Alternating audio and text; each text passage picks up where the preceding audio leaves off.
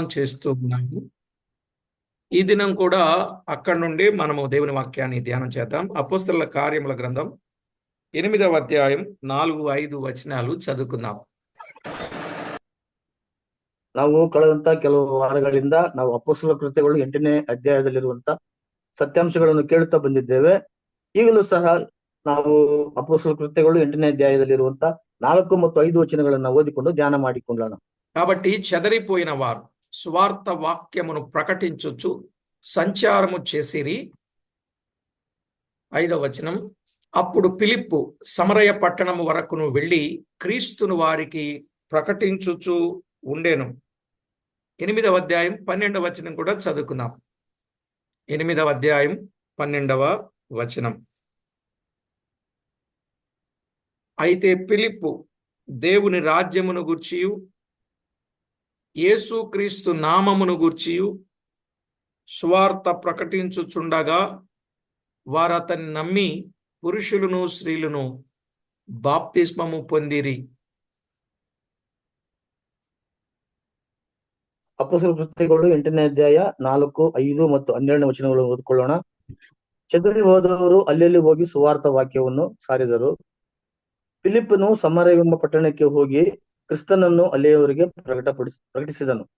12ನೇ ವಚನ, ಆದರೆ ಫಿಲಿಪ್ಪನು ದೇವರ ರಾಜ್ಯದ ವಿಷಯದಲ್ಲಿಯೂ ಯೇಸು ಕ್ರಿಸ್ತನ ಹೆಸರಿನ ವಿಷಯದಲ್ಲಿಯೂ ಶುಭ ವರ್ತಮಾನವನ್ನ ಸಾರಲು ಗಂಡಸರು ಹೆಂಗಸರು ನಂಬಿ దీక్షా స్నాన ಮಾಡಿಸಿಕೊಂಡರು. చదవబడిన లేఖనం కొరకై ప్రార్థన చేసి వాక్యాన్ని ధ్యానం చేద్దాం. ప్రతి ఒక్కరూ ప్రార్థనలో ఏకీభవించండి. ಓದಲ್ಪಟ್ಟಂತ ವಾಕ್ಯಕ್ಕೋಸ್ಕರವಾಗಿ ನಾವು ಪ್ರಾರ್ಥನೆ ಮಾಡಿ ಧ್ಯಾನ ಮಾಡಿಕೊಳ್ಳೋಣ. ಆದ್ರಿಂದ ದಯವಿಟ್ಟು ನೀವೆಲ್ಲರೂ ಸಹ ಪ್ರಾರ್ಥನೆಯಲ್ಲಿ ಭಾಗವಹಿಸಿರಿ ಎಂಬುದಾಗಿ ನಾನು ಕೇಳ್ಕೊಳ್ತೇನೆ. పరిశుద్ధుడవైన మా తండ్రి, మహామహిమ కలిగిన మా ప్రభువా, మీ నామము పరిశుద్ధపరచబడునుగాక. నిత్యము మీకు ప్రభావములు ఆరోపించబడునుగాక. ಪರಿಶುದ್ಧನಂತ ನಮ್ಮ ತಂದೆಯೇ, ನಿನ್ನ ಘನವುಳ್ಳ ನಾಮಕ್ಕೆ ನಿತ್ಯವೂ ಯಾವಾಗಲೂ ನಿರಂತರವೂ ಘನಮಾನ ಮಹಿಮೆಗಳು ಕರ್ತನೆ ನಿನಗೆ ಸಲ್ಲಲಿ. మా ప్రభువా, మేము చదివిన లేఖన భాగము నుండి తేటగా సూటిగా స్పష్టంగా మాతో మాట్లాడి మీరు మహిమ పొందుతారని వేడుకుంటూ, ಕರ್ತನೆ, ನಾವು ಓದಿಕೊಂಡಂತ ವಾಕ್ಯದ ಮೂಲಕವಾಗಿ ನಿನಗೆ ಘನಮಾನ ಮಹಿಮೆಯನ್ನು ನೀನು ಹೊಂದಿಕೊಳ್ಳಬೇಕೆಂಬುದಾಗಿ ನಾವು ಪ್ರಾರ್ಥನೆ ಮಾಡಿಕೊಳ್ಳುತ್ತಾ, మా ప్రభు రక్షకుడైన యేసుక్రీస్తు నామమున ప్రార్థించి వినియులమై వేడుచు ఉన్నాము తండ్రి. ನಮ್ಮ ರಕ್ಷಕನ ಒಡೆಯನಾಗಿರುವಂತ ಯೇಸು ಕ್ರಿಸ್ತನ ಹೆಸರಿನಲ್ಲಿ ಪ್ರಾರ್ಥಿಸಿ ಬೇಡಿ ಹೊಂದಿಕೊಳ್ಳುತ್ತೇವೆ ತಂದೆಯೇ, ఆమేన్. ಆಮೆನ್. ప్రభునందు ప్రియులారా, మనం చదువుకున్న దైవ లేఖనంలో చెదరిపోయిన వారు సువార్త వాక్యము ప్రకటించుచు సంచారము చేసిరి అన్నాడు. ನಾವು ಓದಲ್ಪಟ್ಟಂತ ಈ ವಾಕ್ಯದಲ್ಲಿ ಪ್ರಿಯರೇ, ಚದರಿ ಹೋದಂತವರು ಅಲ್ಲೆಲ್ಲಿ ಹೋಗಿ ಸುವಾರ್ತ ವಾಕ್ಯವನ್ನು ಸಾರುತ್ತಿದ್ದರು ಎಂಬುದಾಗಿ ನಾವು ನೋಡ್ತೇವೆ. 4వ వచనములో సువార్త వాక్యం అన్నాడు. 5వ వచనములో క్రీస్తును అన్నాడు. 12వ వచనంలో యేసుక్రీస్తు నామము అన్నాడు. 4ನೇ ವಚನದಲ್ಲಿ ಸುವಾರ್ತ ವಾಕ್ಯವೆಂಬುದಾಗಿ ಬರೆಯಲ್ಪಟ್ಟಿದ್ದನ್ನು ನಾವು ಗಮನಿಸ್ತೇವೆ. 5ನೇ ವಚನದಲ್ಲಿ ಕ್ರಿಸ್ತನನ್ನು ಪ್ರಕಟಪಡಿಸಿದರು ಎಂಬುದಾಗಿ ನಾವು ನೋಡ್ತೇವೆ. ಅದೇ ರೀತಿಯಾಗಿ ಮುಂದುವರೆದು 12ನೇ ವಚನದಲ್ಲಿ ಆ ಕ್ರಿಸ್ತನನ್ನು ಅಲ್ಲಿದ್ದವರಿಗೆ ಯೇಸು ಕ್ರಿಸ್ತನ ಹೆಸರಿನ ವಿಷಯದಲ್ಲಿ ಅವರಿಗೆ ಶುಭ ವರ್ತಮಾನವನ್ನು ಸಾರಿದರು ಎಂಬುದಾಗಿ ನಾವು ನೋಡ್ತೇವೆ. కనుక ఈ 3 మాటలు, క్రీస్తు సువార్త వాక్యం, క్రీస్తు, యేసుక్రీస్తు నామం, ఈ 3 మాటలు చాలా విశేషమైనవిగా మనము చూస్తున్నాం. ಹೌದು ಪ್ರಿಯರೇ, ಸುವಾರ್ತ ವಾಕ್ಯವು ಅನ್ನುವಂಥದ್ದು, ಕ್ರಿಸ್ತನ ನಾಮವು ಅನ್ನುವಂಥದ್ದು, ಮಾತ್ರವಲ್ಲ ಯೇಸು ಕ್ರಿಸ್ತನ ನಾಮವು ಅನ್ನುವಂತ ಈ 3 ಅಂಶಗಳು ಬಹಳ ಪ್ರಾಮುಖ್ಯವಾಗಿರುವಂತ ಅಂಶಗಳಾಗಿದ್ದಾವೆ ಎಂಬುದಾಗಿ ನಾವು ಗಮನಿಸ್ತೇವೆ. కనుక ఆయన నామము ఎంత గొప్పదో, ఆయన నామము మూలముగా ఎన్ని గొప్ప కార్యాలు జరుగుతాయో వాటి వివరాలన్నీ గత వర్తమానంలో మనం విన్నాం. ಆತನ ನಾಮವು ಎಷ್ಟು ಉನ್ನತವಾಗಿರುವಂಥದ್ದು, ಆತನ ನಾಮವು ಎಷ್ಟು ಶ್ರೇಷ್ಠತೆಯನ್ನು ಹೊಂದಿರುವಂತದ್ದು. ಮಾತ್ರವಲ್ಲ, ಈ ನಾಮದ ಮೂಲಕವಾಗಿ ಅನೇಕ ಮಹತ್ಕಾರ್ಯಗಳು ನಡೆದಿರುವಂತಹ సంగతిಗಳನ್ನು కಳೆದ సందేశದಲ್ಲಿ ನಾವು ಕೇಳಿದ್ದೇವೆ. నిజమే. యేసుక్రీస్తు ప్రభు భూమి మీద సంచరించుచున్న దినాలలో తన శిష్యులకు ప్రార్థన నేర్పారు. ఆ ప్రార్థనలో ఆయన ఏమని నేర్పారో మత్తయి సువార్త 6వ అధ్యాయం 9వ వచనాన్ని చదువుకుంటే మనకు అర్థమవుతుంది. ಅದು ಪ್ರಿಯರೇ, ನಮ್ಮ ಕರ್ತನಾದ ಯೇಸು ಸ್ವಾಮಿಯವರು ಈ ಭೂಲೋಕದಲ್ಲಿದ್ದಾಗ ತನ್ನ ಶಿಷ್ಯರಿಗೆ ಪ್ರಾರ್ಥನೆಯನ್ನು ಕಲಿಸಿಕೊಟ್ಟರು. ಈ ಪ್ರಾರ್ಥನೆ ಕಲಿಸಿಕೊಟ್ಟಿರುವಂತಹ ಪ್ರಾರ್ಥನೆ ಏನು ಎಂಬುದಾಗಿ ನಾವು ನೋಡುವಾಗ ಮತ್ತೇನು ಬರೆದ ಸುವಾರ್ತೆ 6ನೇ ಅಧ್ಯಾಯ 9ನೇ ವಚನವನ್ನು ನಾವು ಗಮನಿಸುವುದಾದ್ರೆ ಅಲ್ಲಿ ನೋಡ್ತೇವೆ. 6:9 కాబట్టి మీరీలాగున ప్రార్థన చేయుడి. పరలోకమందున్న మా తండ్రి, నీ నామము పరిశుద్ధపరచబడునుగాక, నీ నామము పరిశుద్ధపరచబడునుగాక అని ఆ రోజు ఆయన నేర్పినట్లుగా చూస్తున్నాం. ಮತ್ತೇನು ಬರೆದ ಸುವಾರ್ತೆ 6ನೇ ಅಧ್ಯಾಯ 9ನೇ ವಚನದಲ್ಲಿ ನಾವು ಈ ರೀತಿಯಾಗಿ ಓದ್ಕೊಳ್ತೇವೆ. ಆದುದರಿಂದ ನೀವು ಹೀಗೆ ಪ್ರಾರ್ಥನೆ ಮಾಡತಕ್ಕದ್ದು: ಪರಲೋಕದಲ್ಲಿರುವ ನಮ್ಮ ತಂದೆಯೇ, ನಿನ್ನ ನಾಮವು ಪರಿಶುದ್ಧವೆಂದು ಎಣಿಸಲ್ಪಡಲಿ ಎಂಬುದಾಗಿ. నిజమే, ఆయన నామము పరిశుద్ధమైనదే. ಹೌದು ಪ್ರಿಯರೇ, ಆತನ ನಾಮವು ಪರಿಶುದ್ಧವಾಗಿರುವಂತದ್ದು. లూకా వ్రాసిన సువార్త 1వ అధ్యాయం 49వ వచనములో ఒక సహోదరి మాట్లాడిన మాట కూడా చూడండి. యేసు ప్రభు స్వయంగా చెప్పిన మాట, అలాగే ఇక్కడ సహోదరి చెప్పిన మాట ఎంత విశేషమైనదో చూడండి. ಲೂಕನ ಬರೆದ ಸುವಾರ್ತೆ 1ನೇ ಅಧ್ಯಾಯ 49ನೇ ವಚನದಲ್ಲಿ ಒಬ್ಬ ಸಹೋದರಿಯು ಹೇಳಿರುವಂತಹ ಮಾತನ್ನ ಏನು ಎಂಬುದಾಗಿ ನಾವಿಲ್ಲಿ ಗಮನಿಸುವುದಾದ್ರೆ, సర్వశక్తిమంతుడు నాకు గొప్ప కార్యములు చేసెను గనుక ఇది మొదలుకొని అన్ని తరముల వారును నన్ను ధన్యురాలని అందురు, ఆయన నామము పరిశుద్ధము.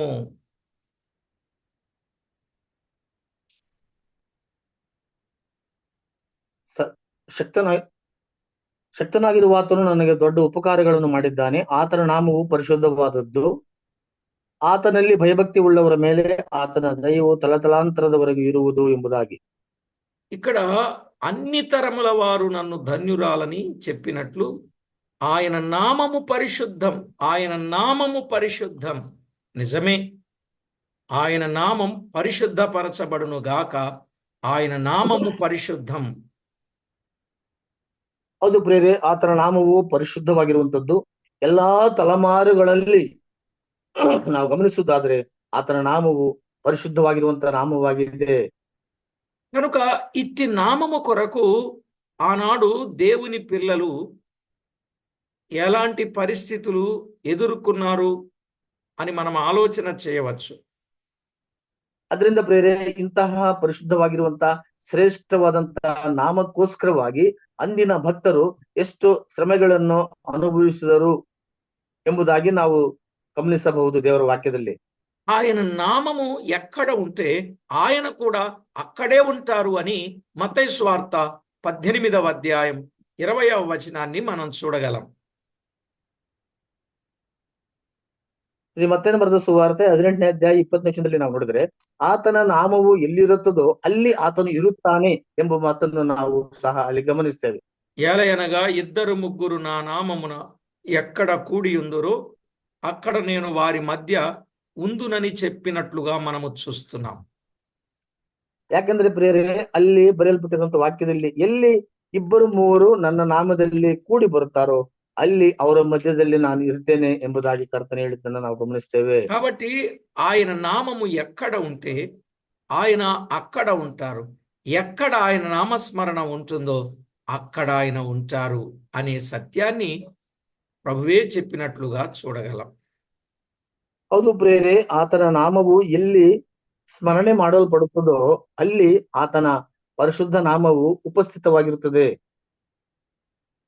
అయితే దైవ లేఖనంలో వ్రాయబడినట్లు ఆ రోజుల్లో ఆయన నామమును కలిగి, ఆయన నామమును చేతబట్టుకొని, ఆయన నామమును ధరించి, ఆయన నామమును ప్రకటిస్తూ ఉన్నప్పుడు వారికి కలిగినటువంటి అవార్డ్స్, రివార్డ్స్, గిఫ్ట్స్ ఏంటో చూడండి. ಅದರಿಂದ ಪ್ರಿಯರೇ, ಅಂದಿನ ಭಕ್ತರು ಇಂತಹ ಪರಿಶುದ್ಧ ನಾಮವನ್ನು ಹೊಂದಿದವರಾಗಿ ಅವರು ಆತನನ್ನು ಪ್ರಕಟಪಡಿಸಿದಾಗ ಅವರಿಗೆ ಬಂದಿರುವಂತಹ ಬಹುಮಾನಗಳು, ಪ್ರಶಂಸೆಗಳು ಏನು ಎಂಬುದಾಗಿ ನಾವು ನೋಡುವುದಾದರೆ, దేవుని వాక్యములో వ్రాయబడిన మాట మార్క్స్ వార్త 13వ అధ్యాయం 13వ వచనం.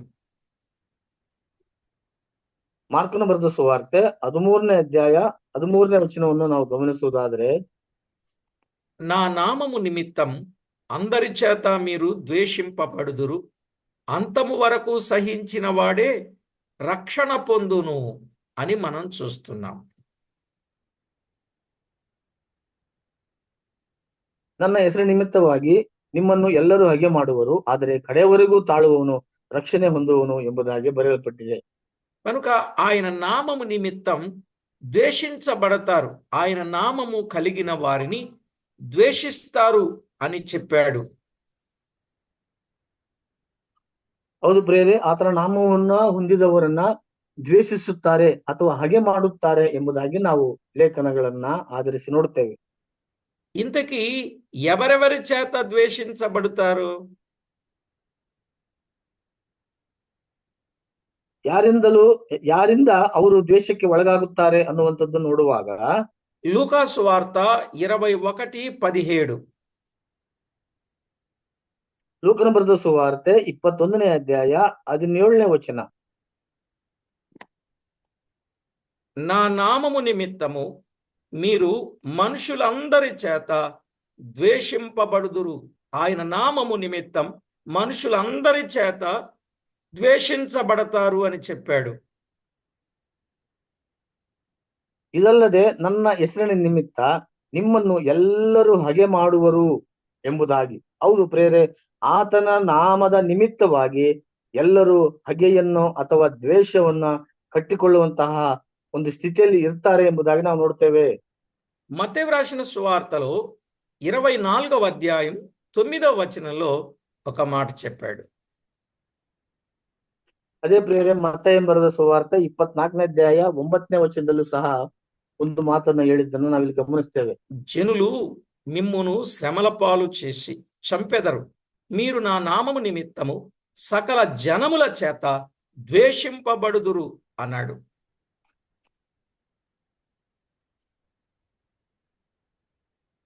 ಆಗ ನಿಮ್ಮನ್ನು ಉಪದ್ರವಕ್ಕೆ ಒಪ್ಪಿಸಿಕೊಳ್ಳುವರು, ನನ್ನ ಹೆಸರಿನ ನಿಮಿತ್ತ ನಿಮ್ಮನ್ನು ಎಲ್ಲಾ ಜನಾಂಗಗಳವರು ಹಗೆ ಮಾಡುವರು.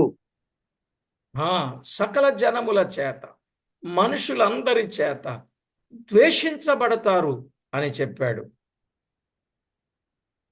ಹೌದು ಪ್ರಿಯರೇ, ಎಲ್ಲಾ ಜನಾಂಗಗಳಿಂದಲೂ ಎಲ್ಲಾ ಮನುಷ್ಯರಿಂದಲೂ ಸಹ ನೀವು ದ್ವೇಷಕ್ಕೆ ಒಳಗಾಗುತ್ತೀರಿ ಎಂಬುದಾಗಿ ಅಲ್ಲಿ ಹೇಳಿದ್ದಾರೆ.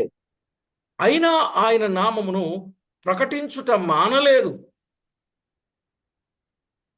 ಆದರೂ ಪ್ರಿಯರೇ, ಆತನ ನಾಮವನ್ನ ಪ್ರಕಟಿಸುವಂತ ವಿಷಯದಲ್ಲಿ ಅವರು ಹಿಂದೆಗೆಯಲಿಲ್ಲ.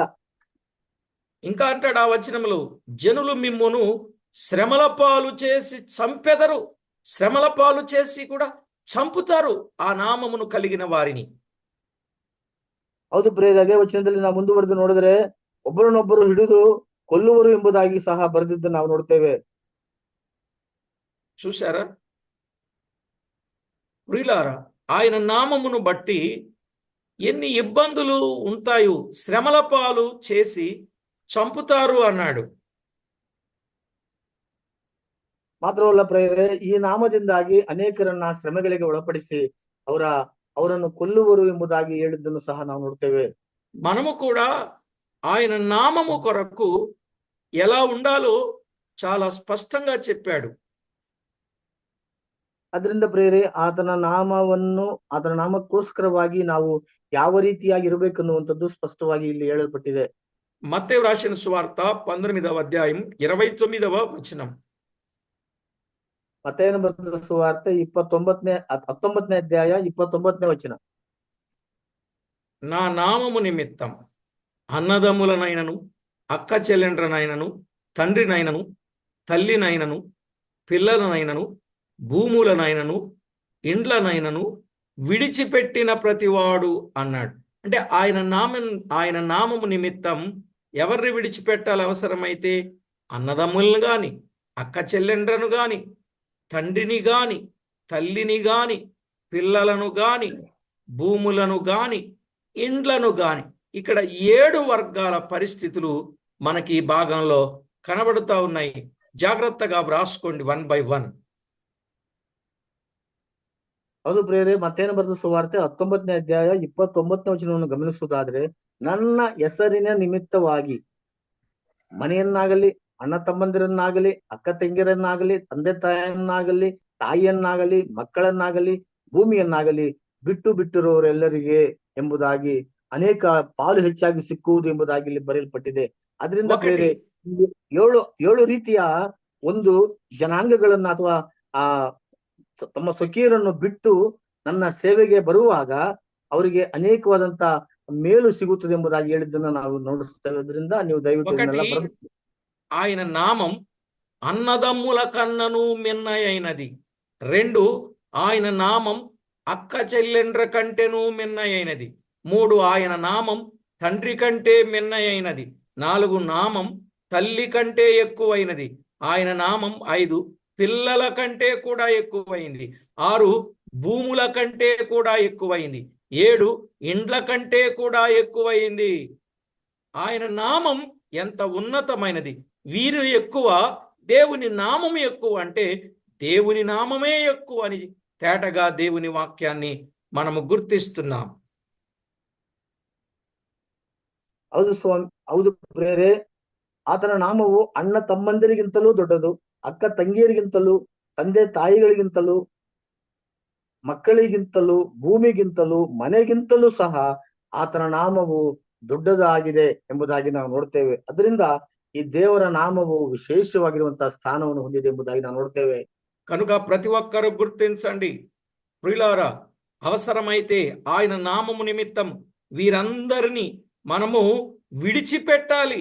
వీరందరినీ మనం విడిచిపెట్టాలి.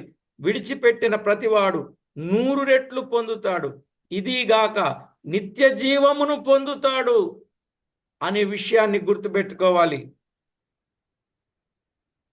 ಹೌದು ಪ್ರಿಯರೇ, ಕರ್ತನ ಸುವಾರ್ತೆಯನ್ನು ಸಾರುವಂತಹ ವಿಷಯದಲ್ಲಿ ಪ್ರಿಯರೇ, ಈ ನಾವು ನೋಡಿರುವಂತಹ 7 ಅಂಶಗಳಲ್ಲೂ ಇವರೆಲ್ಲರನ್ನೂ ಸಹ ನಾವು ಬಿಡಬೇಕಾಗಿದೆ. ಬಿಟ್ಟು ನಾವು ಕರ್ತನ ಸೇವೆಗೆ ನಮ್ಮನ್ನು ನಾವು ತೊಡಗಿಸಿಕೊಂಡರೆ ನಾವು 100ರಷ್ಟು ಪ್ರತಿಫಲವನ್ನು ಹೊಂದಿಕೊಳ್ತೇವೆ. ಮಾತ್ರವಲ್ಲ ಪ್ರಿಯರೇ, ಮುಂದಿನ ಯುಗದಲ್ಲಿ ನಾವು ನಿತ್ಯ ಜೀವದ ಫಲವನ್ನು ಅನುಭವಿಸುತ್ತೇವೆ. జాగ్రత్తగా వినండి. ఈ వరుస మనము ఆలోచన చేయాలి. ಅದರಿಂದ ಪ್ರಿಯರೇ, ಈ ಒಂದು ಸಾಲುಗಳನ್ನ, ಹೇಳಿರುವಂತ ಸಾಲುಗಳನ್ನ ನಾವು ಜಾಗ್ರತೆಯಿಂದ ನಾವು ಗಮನಿಸತಕ್ಕದ್ದಾಗಿದೆ. ఆయన నామం పరిశుద్ధమైనది గనుక అట్టి నామము కొరకు శ్రమలను గాని, హింసలను గాని భరించవలసిన వారమై ఉన్నాం. ಅದು ಪ್ರಿಯರೇ, ಆತನ ನಾಮವು ಮಹಾಪರಿಶುದ್ಧವಾಗಿರುವಂತಹ ನಾಮವಾದ್ದರಿಂದ ಆತನ ನಾಮಕ್ಕೋಸ್ಕರವಾಗಿ ಬರತಕ್ಕಂತಹ ಶ್ರಮೆಯನ್ನಾಗಲಿ, ಹಿಂಸೆಯನ್ನಾಗಲಿ ನಾವು ಭರಿಸತಕ್ಕವರಾಗಿದ್ದೇವೆ.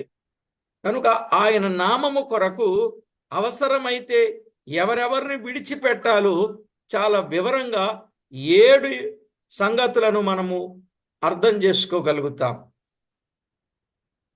ಅದರಿಂದ ಪ್ರಿಯರೇ, ಆತನ ನಾಮಕ್ಕೋಸ್ಕರವಾಗಿ ಯಾರ್ಯಾರನ್ನು ಬಿಡಬೇಕು ಅನ್ನುವಂತ 7 ಅಂಶಗಳನ್ನ ನಾವು ಸ್ಪಷ್ಟವಾಗಿ ಈಗಾಗಲೇ ನೋಡಿದ್ದೇವೆ. కనుక ఆయన నామమును భరించడానికి ఎంతో ఇష్టపడినట్లుగా, ఆయన నామమును బట్టి బంధించబడడానికి ఇష్టపడినట్లుగా మనము చూస్తాం. ಹೌದು ಪ್ರಿಯರೇ, ಆತನ ನಾಮವನ್ನು ಭರಿಸಲು ಮತ್ತು ಆತನ ನಾಮಕ್ಕೋಸ್ಕರವಾಗಿ ಬಂಧಿಸಲ್ಪಡುವುದಕ್ಕೋಸ್ಕರವೂ ಸಹ ಅನೇಕರು ಇಷ್ಟಪಟ್ಟರು ಎಂಬುದಾಗಿ ನಾವು ಗಮನಿಸ್ತೇವೆ. ఆయన నామము కొరకు ప్రాణము ఇచ్చుటకు కూడా వెనుకాడలేని వారుగా చూస్తూ ఉన్నాం. ಮಾತ್ರವಲ್ಲ ಪ್ರಿಯರೇ, ಆತನ ನಾಮಕ್ಕೋಸ್ಕರವಾಗಿ ತಮ್ಮ ಪ್ರಾಣಗಳನ್ನೇ ಕೊಡುವಷ್ಟು ಮಟ್ಟಿಗೆ ತಮ್ಮನ್ನು ತಾವೇ ಒಪ್ಪಿಸಿಕೊಟ್ರು ಎಂಬುದಾಗಿ ನಾವು ನೋಡ್ತೇವೆ. కనుక ప్రతి ఒక్కరు కూడా ఆయన నామము కొరకు నమ్మకంగా నిలవబడాలి. అందరి చేత ద్వేషించబడినప్పటికీ పర్వాలేదు గాని దేవుని చేత మాత్రం మనము స్థిరపరచబడిన వారమై ఉండాలి. ಹೌದು ಪ್ರಿಯರೇ, ದೇವರ ನಾಮಕ್ಕೋಸ್ಕರವಾಗಿ ನಾವೆಲ್ಲರಿಂದಲೂ ನಾವು ದ್ವೇಷಿಸಲ್ಪಟ್ಟರು, ಕರ್ತನ ನಾಮಕ್ಕೋಸ್ಕರವಾಗಿ ನಾವು ಸ್ಥಿರತೆಯಲ್ಲಿ ನಾವು ಸ್ಥಿರವಾಗಿ ನಿಂತು ನಾವು ಮುಂದೆ ಸಾಗಬೇಕಾಗಿದೆ. కనుక ప్రియులారా, దేవుని పిల్లలకి దెయ్యం పిల్లలకి సంబంధం ఉండదు. ಹೌದು ಪ್ರಿಯರೇ, ದೇವರ ಮಕ್ಕಳಿಗೂ ದೆವ್ವದ ಮಕ್ಕಳಿಗೂ ಅಂದ್ರೆ ಸೈತಾನ ಮಕ್ಕಳಿಗೂ ಯಾವುದೇ ವಿಧವಾದಂತ ಸಂಬಂಧವು ಇರುವುದೇ ಇಲ್ಲ. అంత మాత్రమే కాదు ప్రియులారా, చీకటికి వెలుగుకు ఎలాగైతే పొత్తు కుదరదో అలాగున పరిశుద్ధతకు పాపానికి పొత్తు సాంగత్యం కుదరదు గనుక ప్రభువుతో కలిసి ప్రభు నామమును గట్టిగా చేపట్టి ఆయన నామాన్ని ఘనపరచే వారంగా ఉండాలి. ಅದು ಪ್ರಿಯರೇ, ಕತ್ತಲಿಗೂ ಬೆಳಕಿಗೂ ಯಾವುದೇ ವಿಧವಾದಂತಹ ಸಂಬಂಧವಿರೋದಿಲ್ಲ. ಅದೇ ರೀತಿಯಾಗಿ ಪರಿಶುದ್ಧತೆಗೂ ಪಾಪಕ್ಕೂ ಸಹ ಯಾವುದಕ್ಕೆ ಹೊಂದಾಣಿಕೆಗಳು ಇರೋದಿಲ್ಲ. ಆದ್ದರಿಂದ ಆತನ ಪರಿಶುದ್ಧ ನಾಮವನ್ನ ನಾವು ಕೈಗೊಳ್ಳಬೇಕಾಗಿದೆ. హెబ్రీలకు రాసిన పత్రిక 13వ అధ్యాయం 15వ వచనంలో చెప్పబడిన మాటను గమనిస్తే, ಇಬ್ರಿಯರಿಗೆ ಬರೆದ ಪತ್ರಿಕೆ 13ನೇ ಅಧ್ಯಾಯ 17ನೇ ವಚನವನ್ನು ನಾವು ಗಮನಿಸುವುದಾದ್ರೆ, కాబట్టి ఆయన ద్వారా మనము దేవునికి ఎల్లప్పుడూ స్తుతియాగము చేయుదము, అనగా ఆయన నామమును ఒప్పుకొనుచు జిహ్వ ఫలము అర్పించుదము అని వ్రాయబడింది.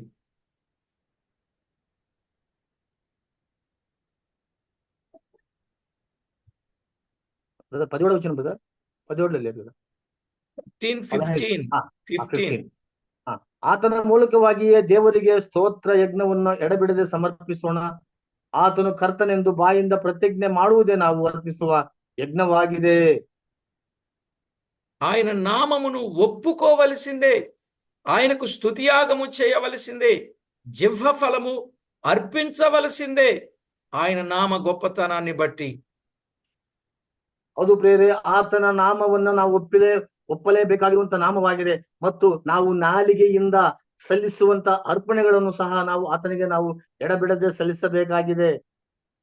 కనుక ప్రతి ఒక్కరూ ఇట్టి సత్యాన్ని గుర్తించి ఆయన నామము కొరకు ఆ రోజు వారు ఎంత శ్రమను అనుభవించారు, ద్వేషించబడ్డారు, దూషించబడ్డారు, అవమానము పొందారు, అవస్థలు పొందారు, బైబిల్ గ్రంథంలో చాలా స్పష్టంగా వ్రాయబడినట్లుగా మనము చూడగలం. ಹೌದು ಪ್ರೇರೆ, ಈ ನಾಮವನ್ನು ಭರಿಸಿದಂತವರಾಗಿ ಅಂದಿನ ಭಕ್ತರು ಎಷ್ಟು ಶ್ರಮೆಗಳನ್ನು ಅನುಭವಿಸಿದರು, ಎಷ್ಟು ಹಿಂಸೆಗಳನ್ನು ಅನುಭವಿಸಿದರು, ಎಲ್ಲವನ್ನು ತಾಳಿಕೊಂಡು ಕರ್ತನನ್ನು ಹೊಂದಿಕೊಂಡು ಅವರು ಮುಂದೆ ಸಾಗಿದರು ಆ ಸುವಾರ್ಥ ಸೇವೆಯಲ್ಲಿ ಎಂಬುದಾಗಿ ನಾವು ನೋಡ್ತೇವೆ. బైబిల్ గ్రంథములో అపోస్తల కార్యాలు 5వ అధ్యాయం 40-41 వచనాలలో వ్రాయబడిన మాట,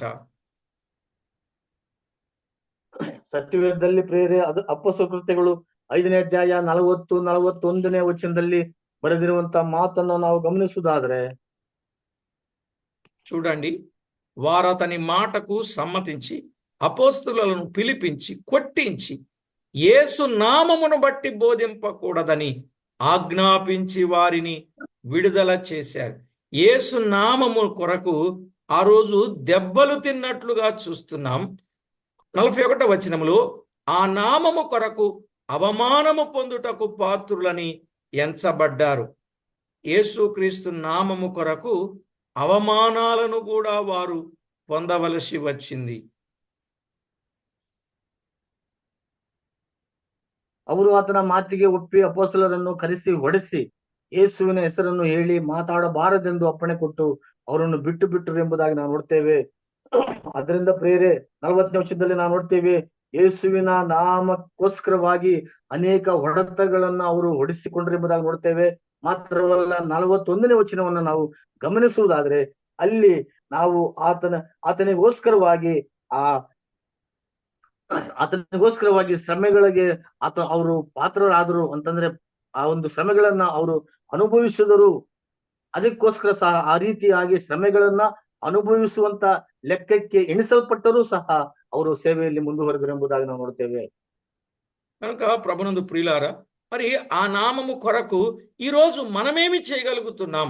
ఆ రోజు ఆ నామమును ప్రకటించుచు సంచారము చేశారు, ఎంతో శ్రమలను అనుభవించారు. ఇప్పుడు అదే నామము వలన మనము రక్షించబడ్డాము. రక్షించబడిన మనము ఆయన నామము కొరకు ఏం చేయగలుగుతున్నాం అనేది ప్రశ్న వేసుకోవాలి.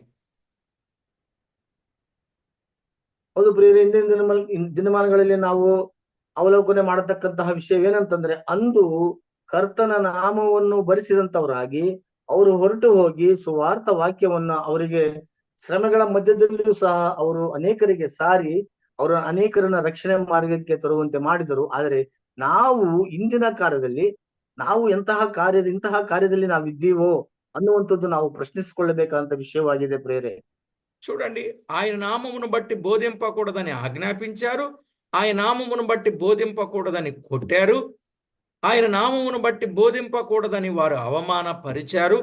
అయినా వారు ఆగారా? ಹೌದು ಪ್ರಿಯರೇ, ಆತನ ನಾಮವನ್ನ ನೀವು ಬೋಧಿಸಬಾರದು ಎಂಬುದಾಗಿ ಆಜ್ಞೆ ಮಾಡಿದರು. ತದನಂತರವಾಗಿ ಹೊಡೆದರು. ಮೂರನೇದಾಗಿ ಅವಮಾನಗಳನ್ನು ಸಹ ಅವರಿಗೆ ಉಂಟಾಗುವಂತೆ ಮಾಡಿದರೂ ಸಹ ಅವರು ಆ ಒಂದು ಪ್ರಕಟಣೆಯನ್ನು ಏನಾದರೂ ಆ ಮಾಡುವುದನ್ನು ಅವರು ಕೈ ಬಿಟ್ಟರ? అపోస్తల కార్యాలు 5వ అధ్యాయం 28వ వచనం. ಅಪೊಸ್ತಲ ಕೃತ್ಯಗಳು 5ನೇ ಅಧ್ಯಾಯ 28ನೇ ವಚನವನ್ನು ನಾವು ಗಮನಿಸುವುದಾದ್ರೆ, ప్రధాన యాజకుడు వారిని చూచి, మీరు ఈ నామమును బట్టి బోధింపకూడదని మీకు ఖండితముగా ఆజ్ఞాపింపలేదా? ఇదిగో, మీరు యెరూషలేమును మీ బోధతో నింపారు. అంటే ఆయన నామమును ప్రకటించి యెరూషలేము పట్టణాన్నంతా బోధతో నింపారని చెప్తా ఉన్నాడు ప్రధాన యాజకుడు. ಹೌದು ಪ್ರೇರೆ, ಪ್ರಧಾನ ಯಾಜಕನು ಈ ರೀತಿಯಾಗಿ ಹೇಳ್ತಿದ್ದಾನೆ, ಮಹಾಯಾಜಕನು, ನೀವು ಈ ಹೆಸರನ್ನು ಎತ್ತಿ ಉಪದೇಶ ಮಾಡಲೇಬಾರದೆಂದು ನಾವು ನಿಮಗೆ ಖಂಡಿತವಾಗಿ ಅಪ್ಪಣೆ ಕೊಟ್ಟೆವಲ್ಲ. ಆದರೂ ನೀವು ಯೆರೂಸಲೇಮನ್ನು ನಿಮ್ಮ ಉಪದೇಶದಿಂದ ತುಂಬಿಸಿದ್ದೀರಿ ಎಂಬುದಾಗಿ. ಹೌದು, ಆ ರೀತಿಯಾಗಿ ನಿಮ್ಮನ್ನು ಹೊಡೆಸಿ ಬಿಟ್ಟರೂ ಸಹ ನೀವು ಯೆರೂಸಲೇಮನ್ನ ಸಂಪೂರ್ಣವಾಗಿ ದೇವರ ವಾಕ್ಯದಿಂದ ತುಂಬಿಸ್ತಾ ಇದ್ದೀರಿ ಎಂಬುದಾಗಿ ಹೇಳಿದ್ದನ್ನು ನಾವು ನೋಡ್ತೇವೆ. కాబట్టి ప్రభునందు ప్రియులారా, మరి ఇలాంటి పరిస్థితుల్లో కూడా వారు బోధించారు. ఆ పట్టణమంతా ఆయన నామ బోధతో నింపేశారు. ఇలాంటి క్రైస్తవులు నేటి దినాలలో ఉన్నారా? ಹೌದು ಪ್ರಿಯರೇ, ಅಂತಹ ಪರಿಸ್ಥಿತಿಯಲ್ಲೂ ಸಹ ಅವರು ಇಡೀ ಯೆರೂಸಲೇಮನ್ನ ಅವರು ದೇವರ ಉಪದೇಶದಿಂದ ತುಂಬಿಸಿದರು, ಅದು ತುಂಬುವಂತೆ ಮಾಡಿದರು. ಆದರೆ ಪ್ರಿಯರೇ, ಇಂತಹ ದಿನಮಾನಗಳಲ್ಲಿ ಇಂತಹ ವ್ಯವಸ್ಥೆಯು ಇದೆಯೋ? ఇలాంటి వారుగా లేరు గాని సుఖాన్ని కోరుకునేవారుగా, సౌఖ్యాన్ని కోరుకునేవారుగా ఉన్నారే గాని ఆయన నామము కొరకు ఇంతటి శ్రమను అనుభవించడానికి ఏ ఒక్కరూ ముందుకు రావటం లేదు. ಹೌದು ಪ್ರಿಯರೇ, ಎಲ್ಲರೂ ಸ್ವಂತ ಕಾರ್ಯಗಳನ್ನೇ ನೋಡುವುದರಲ್ಲಿ ಅವರು ಆಲೋಚನೆ ಮಾಡುತ್ತಿದ್ದಾರಷ್ಟೇ ಹೊರತು ಈ ರೀತಿಯಾಗಿ ದೇವರ ಸುವಾರ್ತೆಯನ್ನು ಸಾರುವಂತ ವಿಷಯದಲ್ಲಿ ಯಾರು ಸಹ ಮನಸ್ಸು ಮಾಡುತ್ತಿಲ್ಲ ಇಂತಹ ದಿನಮಾನಗಳಲ್ಲಿ. కనుక ఇంతటి సమర్పణ కలిగి, ఇంతటి సిద్ధపాటు కలిగి మన జీవితాన్ని మనం ఎందుకు మార్చుకోకుండా ఉంటున్నాం?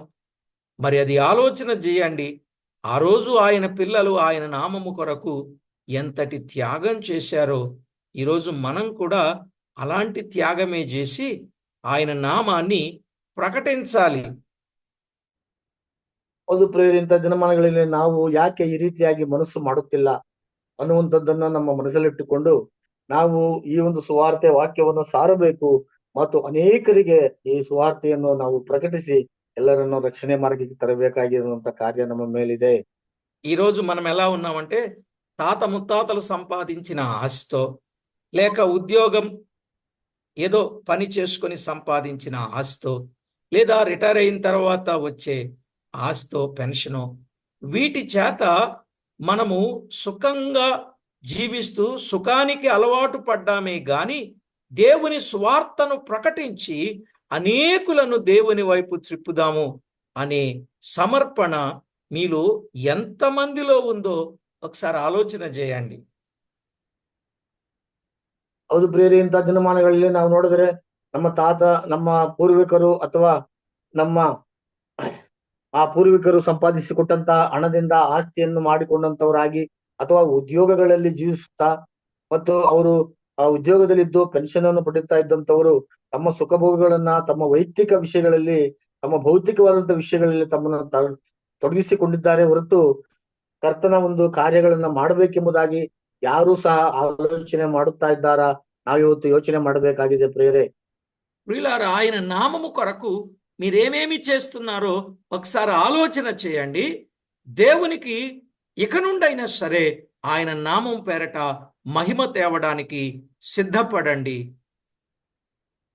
ಅದರಿಂದ ಪ್ರಿಯರೇ, ಆತನ ನಾಮಕ್ಕೋಸ್ಕರವಾಗಿ ನೀವು ಏನು ಮಾಡುತ್ತಿದ್ದೀರಿ ಅನ್ನುವಂಥದ್ದನ್ನ ನೀವು ನೆನೆಸಿಕೊಳ್ಳಿರಿ ಮತ್ತು ಕರ್ತನ ಮಹಿಮೆಗೋಸ್ಕರವಾಗಿ ನೀವು ಇರುವ ಹಾಗೆ ನಿಮ್ಮನ್ನು ನೀವು ನೋಡಿಕೊಳ್ಳ್ರಿ ಎಂಬುದಾಗಿ ನಾನು ಕ್ರಿಸ್ತನಲ್ಲಿ ನಿಮ್ಮನ್ನು ಕೇಳ್ಕೊಳ್ತೇನೆ ಪ್ರಿಯರೇ. ప్రార్థన చేసుకుందాం. ಪ್ರಾರ್ಥನೆ ಮಾಡ್ಕೊಳ್ಳೋಣ. మహాగణుడవైన మా దేవ, మీ ఘననామానికి స్తోత్రము చెల్లిస్తున్నాం. ಮಹಾಪರಿಶುದ್ಧನಾಗಿರುವಂತ ಘನವುಳ್ಳ ಕರ್ತನೆ, ನಿನ್ನ ನಾಮಕ್ಕೆ ಸ್ತೋತ್ರ ಸಲ್ಲಿಸ್ತೇವೆ. మీ నామము కొరకు మేమంతటి త్యాగమును కలిగి ఉండాలో తేటగా స్పష్టంగా వ్రాయించిన సత్యము కొరకై స్తోత్రము చెల్లిస్తున్నాం. ಹೌದು ಕರ್ತನೆ, ನಾವು ಎಷ್ಟು ನಿನ್ನ ನಾಮಕ್ಕೋಸ್ಕರವಾಗಿ ಎಷ್ಟು ತ್ಯಾಗ ಮಾಡಬೇಕು ಅನ್ನುವಂಥದ್ದನ್ನ ನಮಗೆ ಸ್ಪಷ್ಟವಾಗಿ ನೀವು ತಿಳಿಸಿದ್ದಕ್ಕಾಗಿ ಕರ್ತನೆ ನಾವು ನಿನ್ನನ್ನು ಕೊಂಡಾಡ್ತೇವೆ. ప్రతి విషయంలో మీకెంతో మహిమ, ఘనత, కీర్తి, ప్రభావములను ఆరోపిస్తూ మీ నామాన్ని హెచ్చిస్తూ మీ నామాన్ని ఇతరులకు ప్రకటిస్తూ మేము మిమ్మును ఊరేగించే వారిగా మమ్మను సిద్ధపరచమని కోరుచూ ఉన్నాం. ಎಲ್ಲಾ ವಿಷಯಗಳಲ್ಲಿ ಕರ್ತನೆ ನಿನಗೆ ಮಹಿಮ ತರುವಂತ ಮಕ್ಕಳನ್ನಾಗಿ ಕರ್ತನೆ ಎಲ್ಲಾ ವಿಷಯಗಳಲ್ಲಿ ಘನ ಮಾನ ಮಹಿಮೆಗಳನ್ನ ದೇವರೇ ನಮ್ಮಿಂದ ಕರ್ತನೆ ನಿಮಗೆ ಸಲ್ಲಿಸತಕ್ಕಂತಹವರಾಗಿರುವ ಹಾಗೆ ನಮ್ಮನ್ನು ನಡೆಸಬೇಕೆಂಬುದಾಗಿ ನಾವು ಕೇಳಿಕೊಳ್ಳುತ್ತಾ ప్రతి విషయంలో మీకు రావలసిన మహిమను మేము ఆపాదిస్తూ మీ నామాన్ని హెచ్చించువారుగా దినదినము అనుదినము మమ్మను సిద్ధపరచమని కోరుచు ಎಲ್ಲಾ ವಿಷಯಗಳಲ್ಲಿ ಕರ್ತನೆ ನಿಮ್ಗೆ ಬರತಕ್ಕಂತಹ ಘನಮಾನ ಮಹಿಮೆಯನ್ನು ನಾವು ಸಲ್ಲಿಸತಕ್ಕಂತವರಾಗಿರುವ ಹಾಗೆ ನಮ್ಮ ನಡೆಸಬೇಕೆಂಬುದಾಗಿ ನಾವು ಕೇಳಿಕೊಳ್ಳುತ್ತಾ మా ప్రభు మా రక్షకుడైన యేసుక్రీస్తు అమూల్యమైన నామమున స్తోత్రము చెల్లించి స్తుతించి ప్రార్థించి మిక్కిలి వినయముగా బ్రతిమిలాడి వేడుచూ ఉన్నాం మా పరమ తండ్రి. ನಮ್ಮ ಕರ್ತನು ರಕ್ಷಕನಾಗಿರುವಂತಹ ಯೇಸು ಕ್ರಿಸ್ತನ ಹೆಸರಿನಲ್ಲಿ ಸ್ತುತಿಸಿ ಪ್ರಾರ್ಥಿಸಿ ಬೇಡಿ ಹೊಂದಿಕೊಳ್ಳುತ್ತೇವೆ ತಂದೆಯೇ. ಆಮೆನ್. ಆಮೆನ್.